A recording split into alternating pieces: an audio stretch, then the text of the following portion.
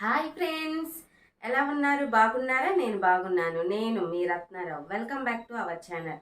అందరికీ నమస్కారం, వణకం. ఈరోజు మన ఛానల్లో కొత్త వెరైటీ ఏంటంటే దోశ పిండి ఉంటుంది కదండి. దోశ పిండితో ఒక డిఫరెంట్ అయిన వెరైటీతో ఒక టిఫిన్ చేయబోతున్నాం. సో ఆ టిఫిన్ మనం మార్నింగ్ చేసుకున్న మధ్యాహ్నం వరకు అలాగే ఉంటుందండి. మామూలుగా మనం టిఫిన్ చేసుకుంటే అంటే దోశ కానీ ఇడ్లీ కానీ ఇలాంటివి వేసుకుంటే మధ్యాహ్నం కల్లా ఒకలాంటి స్మెల్ వచ్చేసి ఎండిపోయినట్టు అయిపోతాయి కదండి. ఇప్పుడు నేను చెప్పే టిఫిన్ రెసిపీ అసలు మధ్యాహ్నం వరకు కూడా ఎలాంటి స్మెల్ కానీ ఎండిపోవటం కానీ ఉండదండి. మనం మధ్యాహ్నం వరకు చాలా ఫ్రెష్గా తినొచ్చు. దీనిలో ఎలాంటి చట్నీ కానీ ఎలాంటిది ఏమీ అవసరం లేదండి. ఓకే, మీరు కానీ ఫస్ట్ టైం నా ఛానల్ చూసినట్లయితే ప్లీజ్ అంతకు ముందున్న వీడియోస్ని ఒకసారి చూడండి. అవి కానీ మీకు నచ్చినట్లయితే ప్లీజ్ సబ్స్క్రైబ్ చేయండి. అక్కడ బెల్ ఐకాన్ ఉంటుంది, దాన్ని నొక్కండి. అప్పుడు నేను చేసే ప్రతి ఒక్క వీడియో మీకు నోటిఫికేషన్ రూపంలో వస్తుందండి. ఇప్పుడు నేను టిఫిన్ ఐటమ్ చేస్తున్నాను కదండి. మన ఛానల్ అంతకుముందు నేను పెసరట్టు ఉప్మా వేసానండి, అది కూడా ఒకసారి చూడండి. ఓకే ఫ్రెండ్స్, లేట్ చేయకుండా మన ఛానల్లోకి వెళ్ళిపోయి ఈరోజు చేసే డిఫరెంట్ అయిన టిఫిన్ ఐటమ్ ఏంటో మరి చూసేద్దామా, రండి. ఫస్ట్ నేను 2 కోడిగుడ్లు తీసుకున్నానండి. దోసపిండి 1 కప్పు తీసుకున్నానండి. మనం ఇంట్లో నార్మల్గా అట్లు వేసుకుంటాం కదండి, ఆ పిండేనండి. ముందుగా శుభ్రమైన ఒక బౌల్ తీసుకోవాలండి. ఇలా తీసుకున్న ఒక బౌల్లో మనం ముందుగా తీసుకున్నటువంటి 2 కోడిగుడ్డుల్ని కొట్టుకోవాలండి.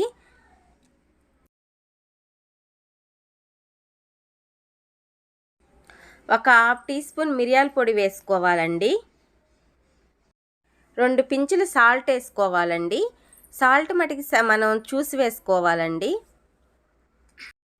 ఎందుకనంటే నార్మల్గా కోడిగుడ్లో కూడా కొంచెం సాల్ట్ ఉంటుంది కదండి, అందుకని.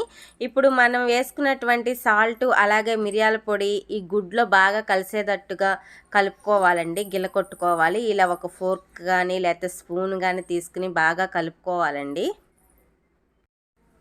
ఇలా గిలకొట్టుకున్నటువంటి కోడిగుడ్ల సొనలో మనం ముందుగా తీసుకున్నటువంటి 1 కప్పు దోసపిండి వేసుకోవాలండి. ఈ దోసపిండిలో కూడా ఉప్పు ఉంటుందండి, అలాగే మన కోడిగుడ్లో కూడా ఉప్పు ఉంటుంది. అయినా సరే మనం ఒక 2 పించులు ఉప్పు యాడ్ చేసామండి. మీరు మటుకి చూసుకుని వేసుకోండి, ఎక్కువ వేసుకోవద్దండి, కసమైపోతుంది. ఇప్పుడు కోడిగుడ్ల సొన అలాగే మనం వేసుకున్నటువంటి దోసపిండి బాగా కలిసేటట్టు కలుపుకోవాలండి.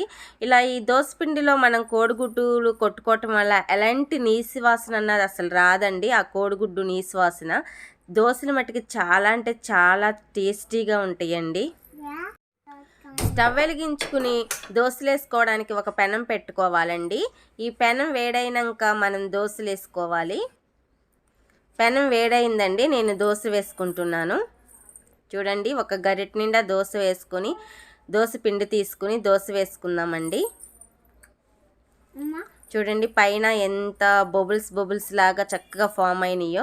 అంటే ఇట్లా ఉంటే మన దోసపిండి బాగా మంచి కన్సిస్టెన్సీలో ఉన్నట్టండి.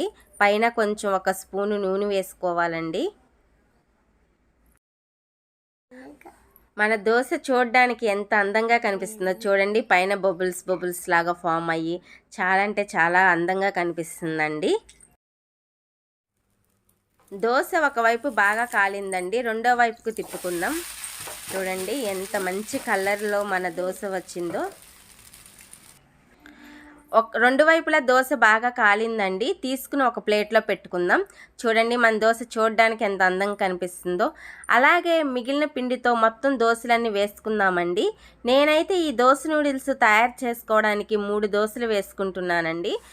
మీకు ఎన్ని దోశలు కావాలంటే అన్ని దోశలు వేసుకుని ఆ దోశలతో మీరు కూడా దోశ నూడిల్స్ తయారు చేసుకోవచ్చండి. ఇలా మొత్తం పిండిని మొత్తం దోశలు వేసుకోండి, మీకు ఎన్ని కావాలంటే అన్ని. మనం వేసుకున్నటువంటి దోశని పిజ్జా కట్టర్ కానీ లేకపోతే ఒక నైఫ్ కానీ తీసుకుని ఇలా నూడిల్స్ లాగా చిన్న పీసెస్ లాగా ముక్కల్లాగా కట్ చేసుకోవాలండి. అసలు చూడడానికి ఎంత అందంగా కనిపిస్తుందో చూడండి మన దోశ. అలా మనం వేసుకున్నటువంటి దోశలన్నీ ఇదే విధంగా కట్ చేసుకోవాలండి. ఇలా నూడిల్స్ మామూలుగా తినటం అంత ఆరోగ్యానికి మంచిది కాదు కదండి. అలా పిల్లలు అడిగినప్పుడు ఈ విధంగా మనం దోశలు ప్రిపేర్ చేసి దోశ నూడిల్స్ అని పేరు పెట్టి ఇలా దోశలతో నూడిల్స్ వేసి పెడితే చాలా అంటే చాలా ఇష్టపడి తింటారండి. పిల్లలే కాదండి, పెద్దవాళ్ళు కూడా చాలా అంటే చాలా ఇష్టపడి తింటారండి ఈ దోశ నూడిల్స్ని. ఆ టేస్ట్ కూడా అలా అంత బాగుంటుందండి, అసలు వర్ణరహితంగా అంత చాలా అంటే చాలా టేస్టీగా ఉంటుంది ఫ్రెండ్స్. మీరు కూడా తప్పగా ట్రై చేయాల్సిన రెసిపీ అండి. ఇంకా పిల్లలకి ఇది ఈవినింగ్ స్నాక్స్ టైంలో పెడితే అసలు ఎంత అంటే మొత్తం గిన్నె మొత్తం లాగించేస్తారండి, అంత బాగుంటుందండి. అలాగే మనం టైం లేనప్పుడు లంచ్ చేసుకోవడానికి, లంచ్ బాక్స్లో పెట్టుకోవడానికి కూడా ఒక మంచి రెసిపీ అని దీన్ని చెప్పొచ్చండి.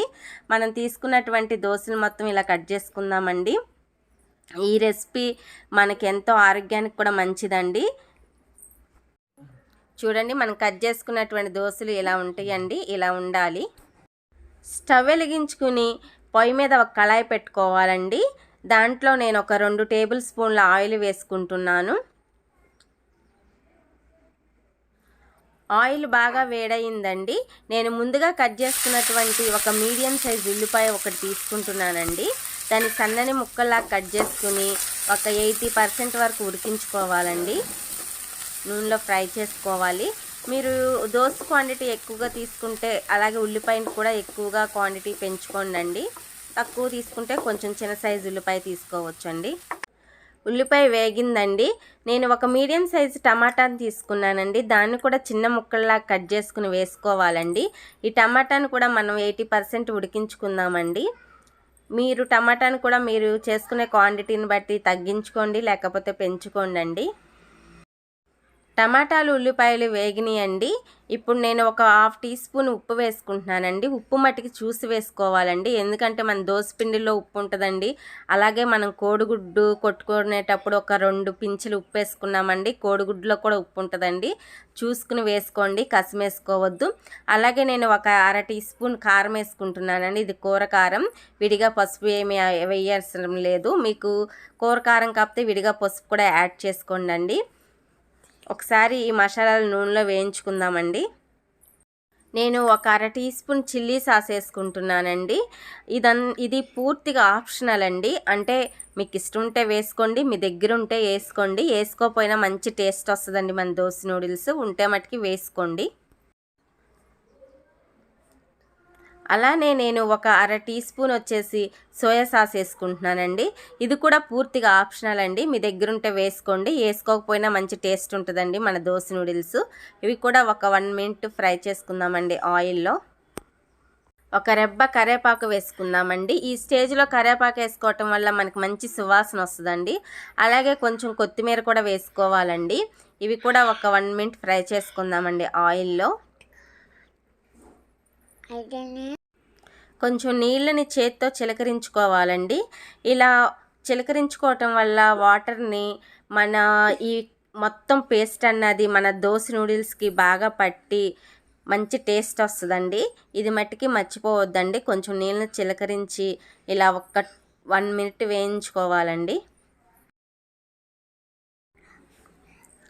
ఇప్పుడు మనం ముందుగా కట్ చేసి పెట్టుకున్నటువంటి దోశ నూడిల్స్ని వేసుకుందామండి. దోశని ఇలా నూడిల్స్లా కట్ చేసుకున్నాం కదండి, మనం కట్ చేసుకున్న మొత్తం దోశ నూడిల్స్ని వేసుకుందామండి. వేసుకుని ముందుగా ప్రిపేర్ చేసుకున్నాం కదండి, ఈ మసాలాలన్నీ దోశ నూడిల్స్కి బాగా పట్టేటట్టుగా తిప్పుకోవాలండి, కలుపుకోవాలి. బాగా కలుపుకోవద్దండి, మనం కట్ చేసినటువంటి దోశలు ఇరిగిపోతే అంత బాగోదండి. చాలా సుతారంగా కలుపుకోండి.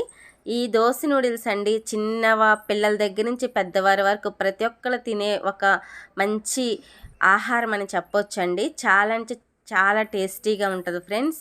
ఇది మనం లంచ్ బాక్స్లో పెట్టుకోవచ్చండి, ఈవినింగ్ స్నాక్స్ లాగా తినొచ్చు, అలాగే మార్నింగ్ టిఫిన్ లాగా కూడా తినొచ్చండి. మరి ముఖ్యంగా చిన్నపిల్లలు అయితే బాగా లైక్ చేస్తారండి దీన్ని, దోశ నూడిల్స్ అని తింటా. మీరు తప్పకుండా ట్రై చేయండి. అలాగే నేను చెప్పిన విధంగా చేయండి, మీకు పర్ఫెక్ట్గా కుదురుతుంది. ఇంకా అంతేనండి, మన దోశ నూడిల్స్ రెడీ అయిపోయింది. స్టవ్ ఆఫ్ చేసేసుకుందాం. దోశ నూడిల్స్ని ఒక ప్లేట్లో పెట్టుకుందామండి టేస్ట్ చూడడానికి ఎంత అందంగా కనిపిస్తుందో మన దోశ నూడిల్స్. తింటే కూడా అంతే టేస్టీగా ఉంటుందండి, చాలా అంటే చాలా బాగుంటుందండి, నెక్స్ట్ లెవెల్లో ఉంటుంది టేస్ట్. తప్పకుండా ట్రై చేయాల్సిన రెసిపీ అండి. ఎంతో టేస్టీ అయిన మనం దోశతో చేసుకున్నటువంటి నూడిల్స్, దోశ నూడిల్స్ రెడీ అయిపోయినాయి ఫ్రెండ్స్. మరి టేస్ట్ చూసి ఎలా ఉందో చెప్తాను. చూడండి, అచ్చంగా నూడిల్స్ లాగానే ఉన్నాయి.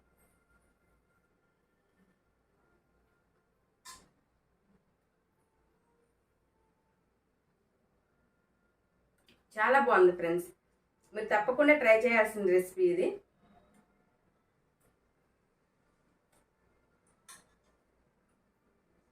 చాలా చాలా బాగుంది. మనం దోసపిండిలో ఎగ్ వేసాం కదండి, అసలు ఎగ్ స్మెల్లే తెలియట్లేదండి. మనం చెప్పే వరకు కూడా దీంట్లో ఎగ్ వేసామని ఎవరికి తెలియదండి, అంత టేస్టీగా ఉంది. చాలా బాగుంది ఫ్రెండ్స్. దోసతో ఇలా మనం నూడిల్స్ చేసి పెట్టడం వల్ల పిల్లలు కూడా చాలా ఇష్టపడి తింటారండి.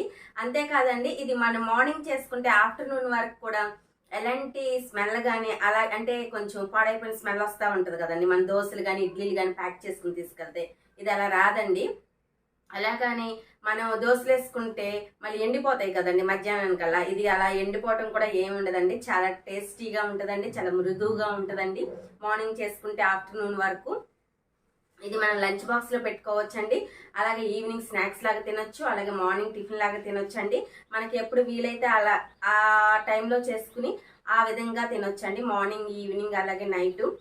తప్పకుండా ట్రై చేయండి ఫ్రెండ్స్. పిల్లల మటుకి చాలా అంటే చాలా ఇష్టపడి తింటారు. ట్రై చేస్తారు కదా. ఓకే ఫ్రెండ్స్, మీరు ట్రై చేసి మీకు ఎలా కుదిరిందో మీ యొక్క అభిప్రాయాన్ని కామెంట్ రూపంలో నాకు తెలియజేయండి.